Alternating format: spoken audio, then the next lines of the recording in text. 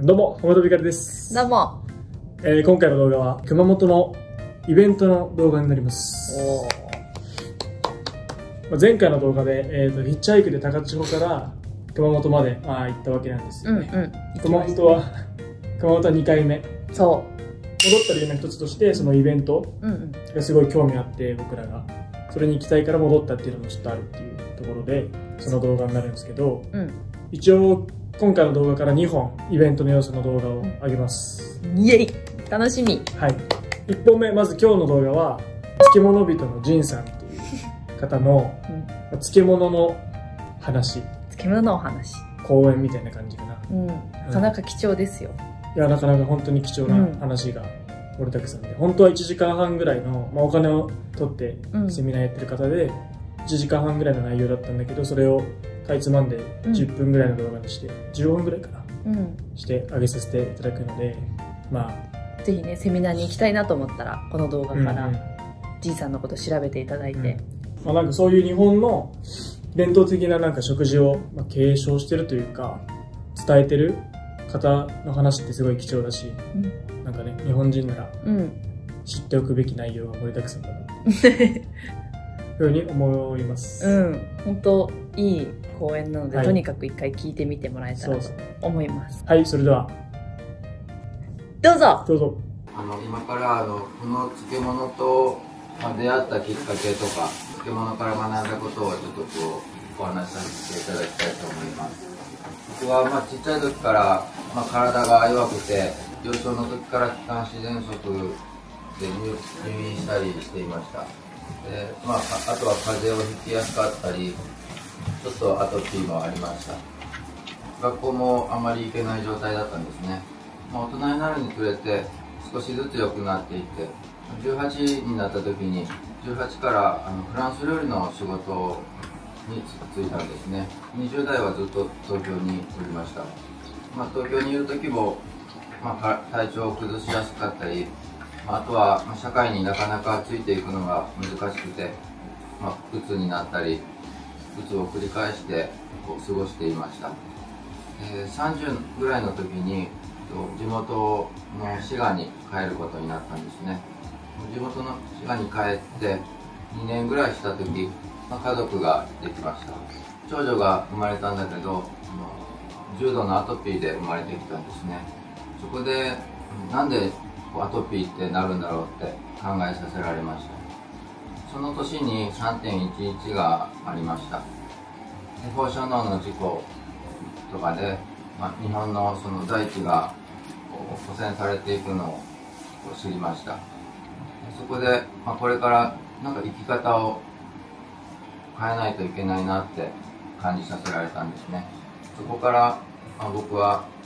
食に対してとか地球の環境に対して意識が変わりました。そこから、そういうものを勉強して少しでもいい環境を、未来に残したいっていう思いで活動を始めたんですね。でもそういう活動を一生懸命やればやるほど、なんか自分たちの生活がどんどん厳しくなっていくなっていうのを感じました。気がついたらなんか経済的にも厳しい状態になっていて、ただただ家族に負担をかけてるなっていう状態にいつの間にかなっていたんですね。とりあえずそこから抜け出したいっていう思いで、とにかく一生懸命働くんだけど良くなっていかなかったんですね。40手前39ぐらいの時に経済的にも精神的にも家族の状態も悪くなっていって、追い詰められてまた鬱になったんですね。39の時に。その時に本当に辛くて、今まではその環境のこととか家族を幸せにしたいとかっていう思いで自分の外の環境を良くしたいって思っていたのを、一回それをやめてみて、自分のことだけ、自分の体とか心の幸せのことだけを考えてみようっていうふうに考え方を変えました。周りからどう思われてもいいって思ったんですね。手放せるものを手放そうって思いました。今まで培ってきた技術とかあとは日々の不安ですね。お金の不安とか、家族を幸せにしたいとか、いろんな思いも手放そうって思ったんですね。そしたらなんかすごく頭がこう楽になってきました。そのまま半年ぐらいぼーっとして生きようって思ったんですね。そしたら頭の上の方がどんどん軽くなっていくのを感じました。今まで頭の上に何か空間があって、その中にいっぱいいっぱい情報を詰め込んだり、不安とかいろんな感情が詰まっていくのがどんどんなくなっていくのを感じたんですね。40になった時、半年ぐらいそうやって過ごした時、ある時突然なんか漬物じゃっていう声が聞こえました。なんか上の方からなんか面白いようにこう漬物じゃっていう言葉が降りてきたんですね。その瞬間になんか目の前の画面がなんか縄文時代に切り替わったんですね。で、僕40までその漬物とか発酵食品興味がなくて知識も全くなかったんです。でも漬物かと思って画面が切り替わった映像がなぜか縄文時代だって思ったんですね。それは海辺で壺に何かを海水でつけていました。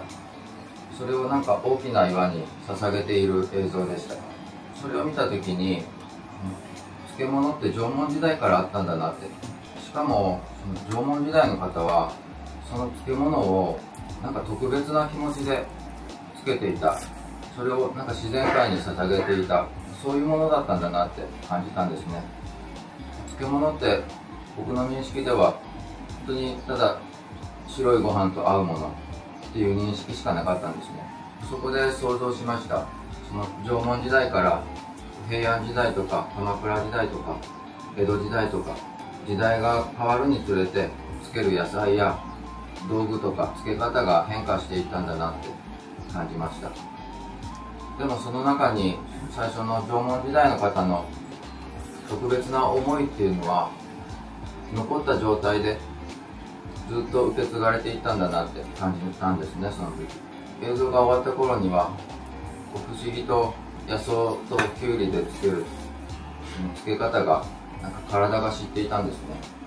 その頃冬だったのでまず冬野菜でぬか漬けをつけました。すぐに本当に特色上来てるような状態だったんだけど、何も考えずに初めて黄色い樽をホームセンターでいくつか買ってきて、自然栽培のお野菜を100キロ近く仕入れて、で出来上がったものを数ヶ月して食べてみたら、なんか酸っぱいんだけど体が求めているのかどんどん食べちゃう。ただただ美味しいなって。それを近くに発酵のプロの方がいたので食べてもらったんですね。そしたらすごく絶賛してくださって、乳酸菌いっぱいやなって言ってくださって、これをたくさんの人に伝えた方がいいって言ってくださいました。でまず販売会を開いていただいたんですね。そしたら県外からもたくさんの方が来てくださいました。でそこでたくさん買っていただいたり食べていただいて、つけたものが本当にどんどん売れていったんですね。そんな大きな樽が全部なくなったんですね。そこから買ってくださった方のご縁が自然にどんどん広がっていきました。そのおかげで本当に数年続いた不足食料の生活がすぐに元に戻ったんですね。数ヶ月で5、6年どうしたら生活が元に戻るかなって考えながら一生懸命働くんだけど、良くなっていかなかったんだけど、自分のために生きようって思ったのが良かったんかなって感じました。自分のために生きようって生きたいって願ったから、自然界が自分に必要なメッセージを分かりやすい形で教えてくれたんだなって。そのメッセージに素直に行動した結果、たくさんの方とご縁ができて、まず生活が楽になったんだなって感じました。この40の時から僕もこの漬物を毎食食べてるんですね。本当に漬物って箸休めっていう認識しかなかったんだけど、半年ぐらい食べた時にふと気づいたんですね。本当にずっと体がだるい状態、それによってイライラもしやすい状態だったんだけど、お腹が異常に軽かったんですね。40年生きてきて初めて感じた軽さだったんですね。1年ぐらいした時、そのお腹の軽さが全身に広がったのが分かったんですね。全身の血液も入れ替わったような感覚でした。40歳になってこれからどんどん体がガタがいくんだろうなって想像していたんだけど、40歳から体がなんか新しく入れ替わったように軽くなったんですね。5年経った今でも続いているし、5年前軽くなった時よりも軽いんですね。体が軽いっていうだけで幸福感を感じれるんだなって。今まで自分に対して嫌だった部分、自分の性格とか体質とか性質の中で、そういう自分に対してもなんか愛おしさが生まれていました。そしたらその感覚、自分の全部を認めるっていう感覚が近くに住んでいる妻や親兄弟に対して感じることができたんですね。それが自然と起こっていました。自分の中でそういう精神状態になっている、慣れている自分がとても嬉しかったんですね。でもこの状態っていうのは昔の日本人は普通にあったんじゃないかなってその時感じました。その昔の日本人の感覚をこの漬物がお腹に毎日入ることで日本人の感覚を思い出させてくれたんだなって。半年経ってお腹が軽くなったのって何が起こったんやろって思ったんですね。お腹の中にはいろんな菌たちがいて、40歳までのお腹の中の菌たちっていうのはバランスが整っていなくて、誰かが暴れていたり喧嘩し合っていたりしている状態だったんだなって。だからずっと体がしんどくて精神的にもイライラしやすかった、落ち込みやすかったんだなって。それがこの昔ながらの漬物の乳酸菌が入ることで性格も見た目も価値観も違ういろんな菌たちをつなげてくれたんだなって。まずお腹の中で調和が生まれたんだなって。だから非常に軽くなって、その調和が全身に広がって心に広がったんだなって感じました。これをどんどん続けていってたくさんの方に広めていけば認め合う世界が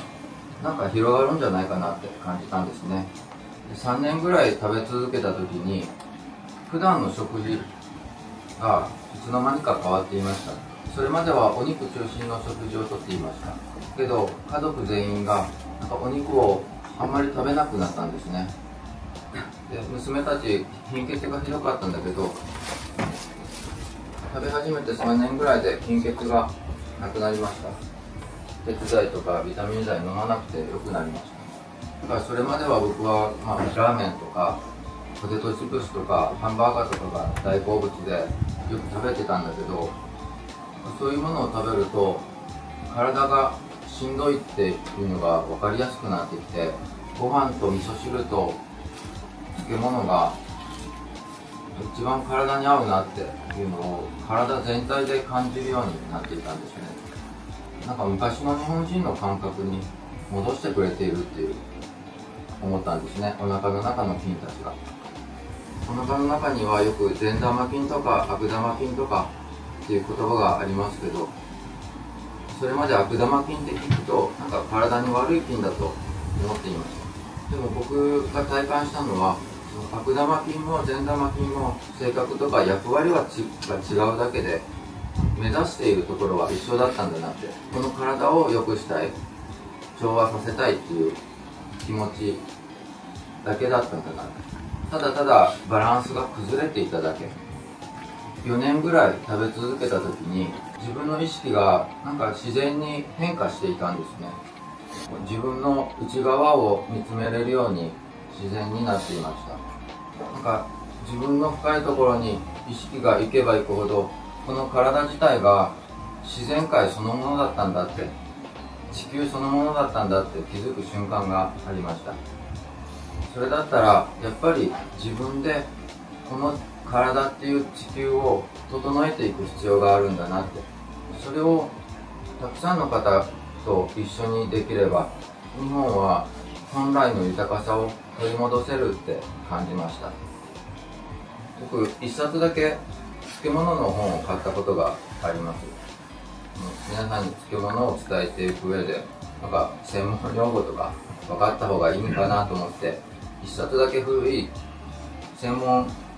誌を買いました。それ開いたらなんか添加物の取り扱い